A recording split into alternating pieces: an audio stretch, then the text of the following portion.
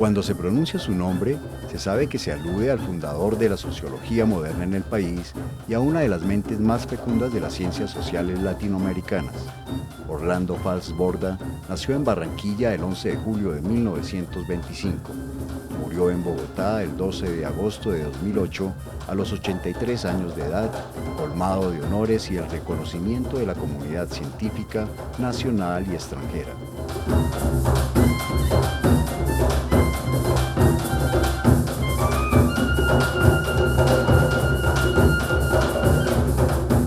Después de avanzar en sus estudios en Estados Unidos, Fals Borda volvió a Colombia en 1949 para encontrar el país en medio de la violencia que había acarreado el asesinato de Jorge Eliezer Gaitán.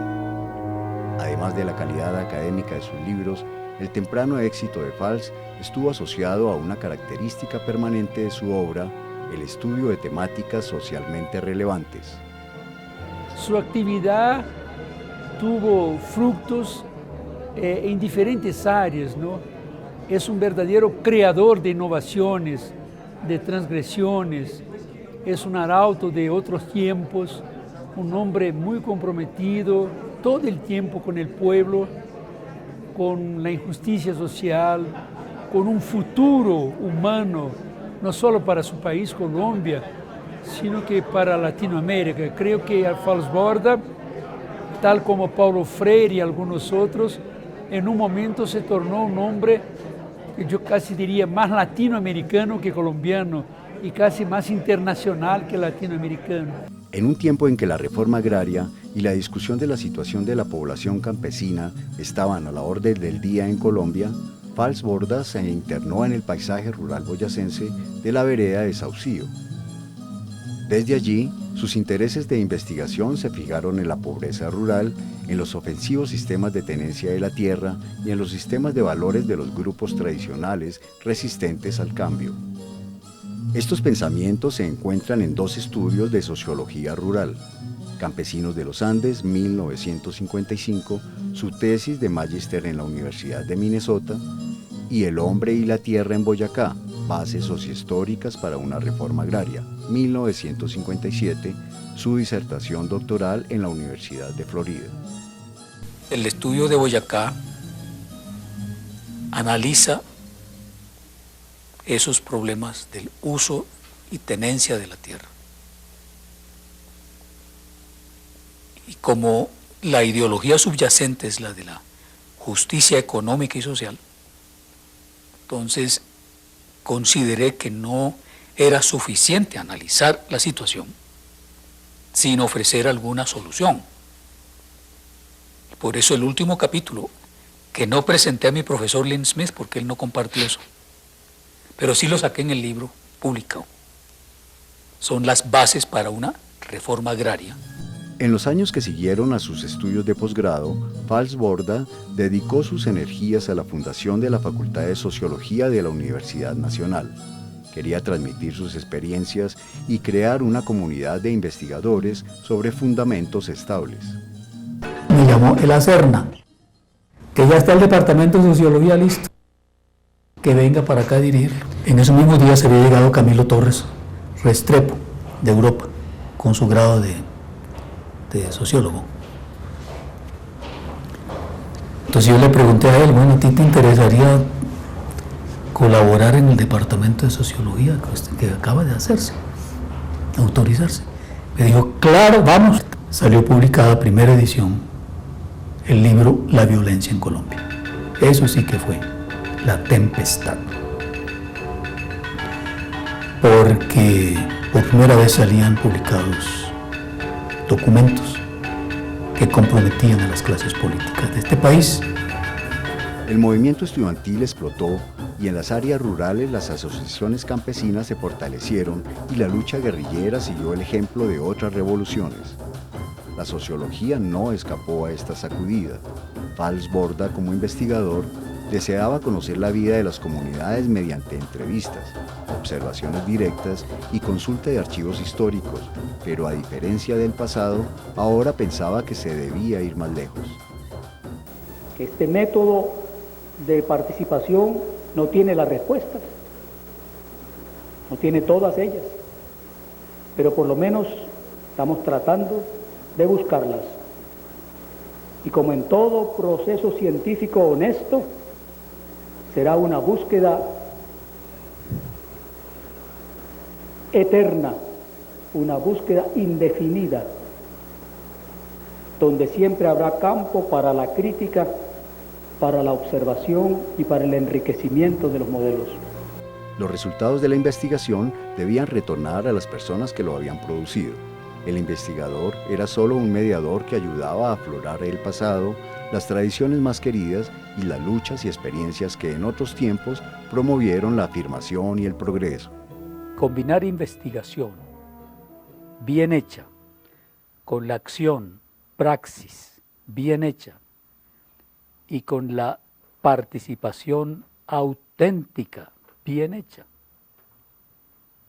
se ponen las bases de una nueva universidad y de una nueva sociedad.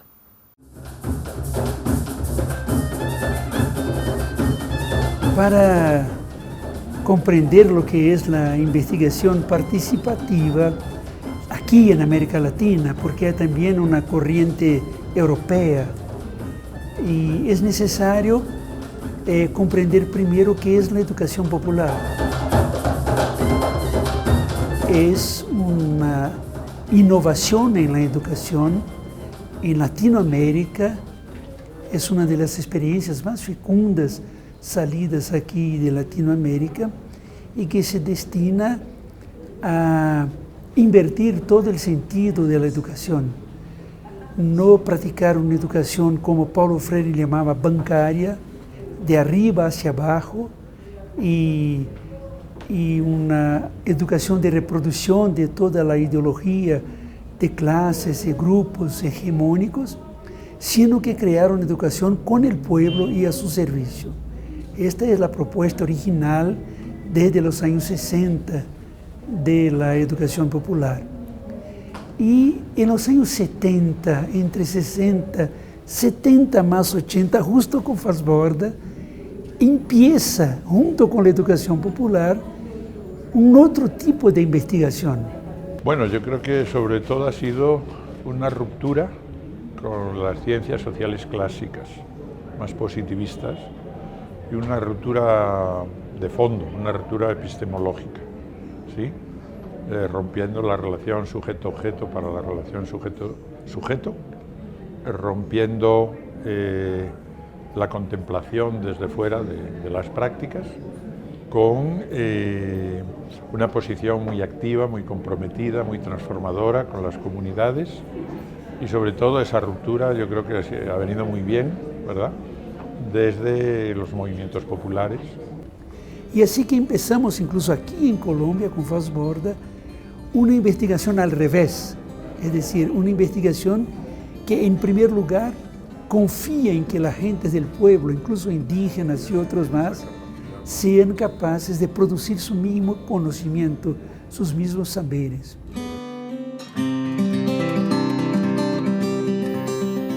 Que no es solamente una colección de técnicas para investigar y actuar o participar, sino también una filosofía de vida, que aquel que la ejecuta a la IAP es un sentipensante que sabe combinar el corazón y la cabeza y que sabe cómo ejercer la empatía y no solo la simpatía con los demás y con los otros, que respeta las diferencias, que las aprecia inclusive.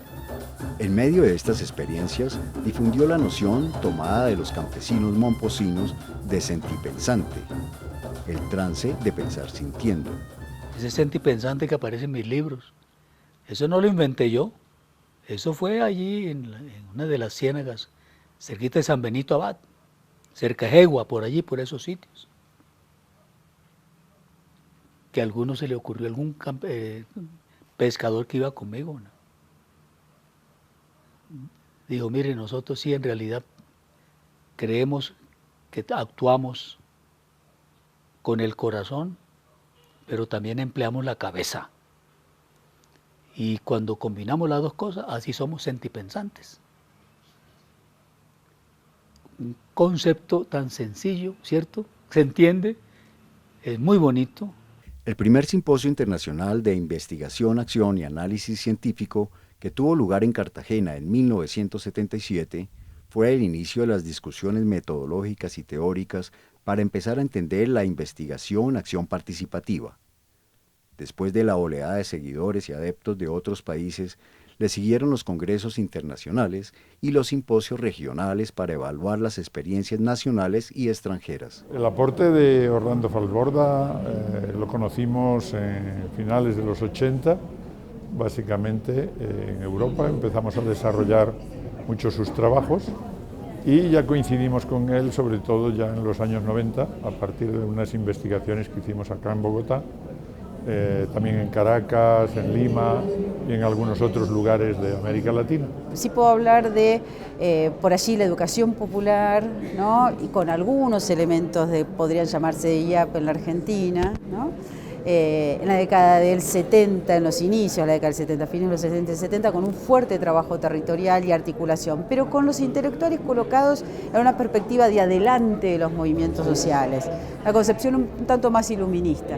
Yo lo que estoy viendo y percibiendo, por ejemplo, en el caso argentino y en otros países de Latinoamérica, hay una redefinición del lugar de los intelectuales orgánicos, ¿no? Al lado de los movimientos sociales más que por delante. Investigar significa tratar de entender cómo somos y entender a partir de cómo somos, cómo nos relacionamos con otras personas y cómo las relaciones generan nuevos procesos de cambio en nosotros y en otros. Desde la investigación y acción participativa, desde las metodologías colaborativas, hay mucha posibilidad de promover procesos de cambio.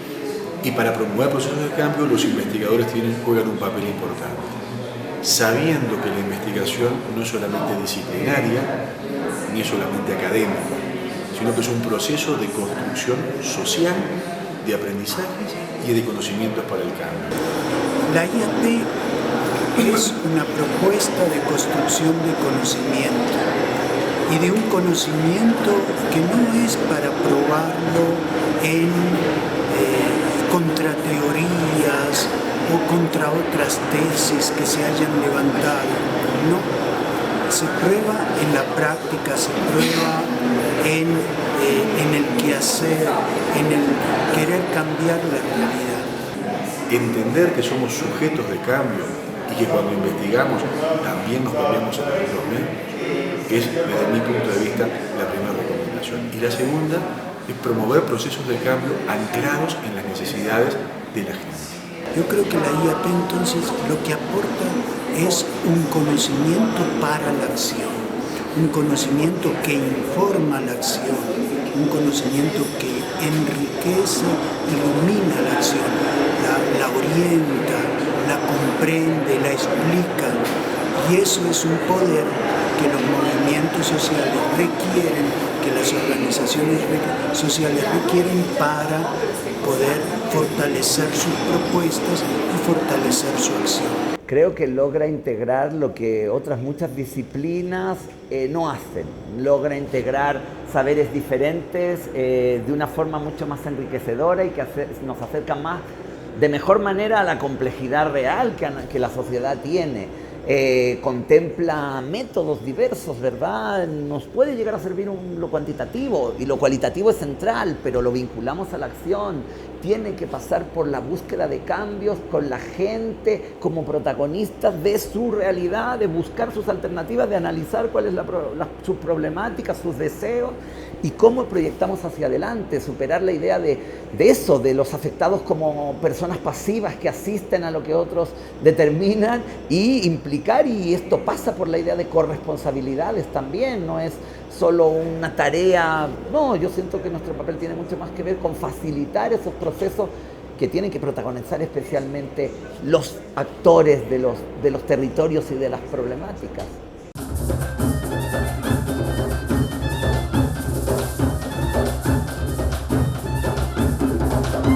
Falsborda es un hombre que fecundó toda una sociología crítica, todo un pensar desde abajo y desde el sur, los problemas humanos, los problemas de los pueblos, de los indígenas, de los negros, de los campesinos. Y así como Paulo en lo de la educación, Orlando en lo de la sociología, de la investigación en acción participativa, es bien más que un creador de método, es un inventor, un incentivador, ¿no?, de toda una experiencia en nombre de la cual estamos aquí incluso. En Colombia, durante las últimas décadas se ha venido configurando una comunidad internacional de investigadores en torno al campo de la investigación, acción participativa, para discutir los desarrollos y desafíos de esta modalidad de investigación crítica.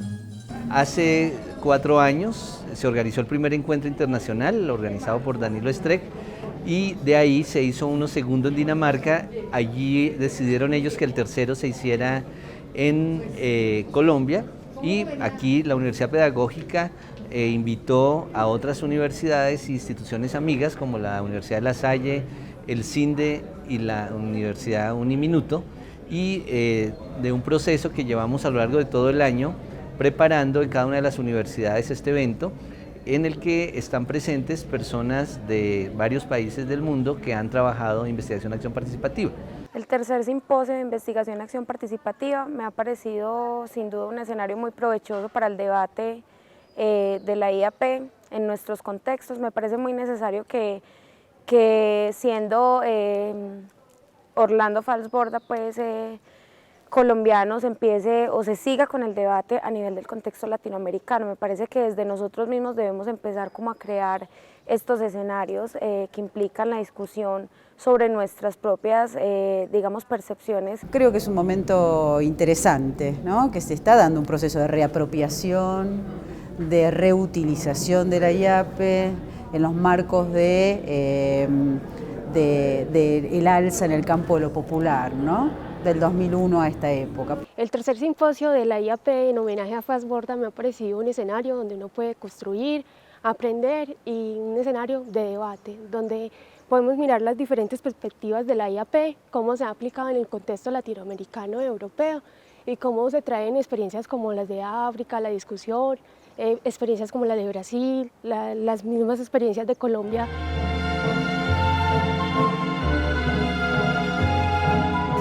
Nosotros tenemos una frase que dice que construir en comunidad es posible, es un sueño y es una realidad también. Y eso nos ha mantenido vivos, pensar en un proyecto individual para transformar el sujeto, para que ese sujeto pueda transformar y tocar la vida de una comunidad, de un barrio, de un grupo de personas. Entonces, en esa medida los procesos colectivos son fundamentales para hacer transformaciones sociales. Es el convencimiento de que esto es una opción de vida y que nosotros podemos apostar a unos nuevos caminos diferentes y que el amor y el compromiso y entender que nosotros somos actores y sujetos dentro de un territorio nos ha llevado a tener unas acciones de solidaridad y de creer en el bien común y en el de entender que en la diferencia también se hace camino. ¿Cómo lo hemos hecho? Tenemos diferentes programas y el proceso llega desde los niños de 1 año y van pasando a cada uno de ellos hasta llegar al proceso de jóvenes y de ahí pues tomar opciones de su profesión, de la carrera que van a escoger y de volver a revertir en este proceso. Y nos basamos en 3 elementos: la sistematización de nuestra experiencia, la recuperación colectiva de la memoria y un diagnóstico participativo cuyo fin era proyectarnos y evaluarnos internamente y de acuerdo a cómo no solo nos veíamos nosotros sino también algunas otras personas de fuera. Cada uno de los procesos que desarrollamos requirió de formación, de encontrar nuevas cosas, de indagar constantemente, no solamente nuestra práctica, sino también aspectos teóricos que no manejábamos.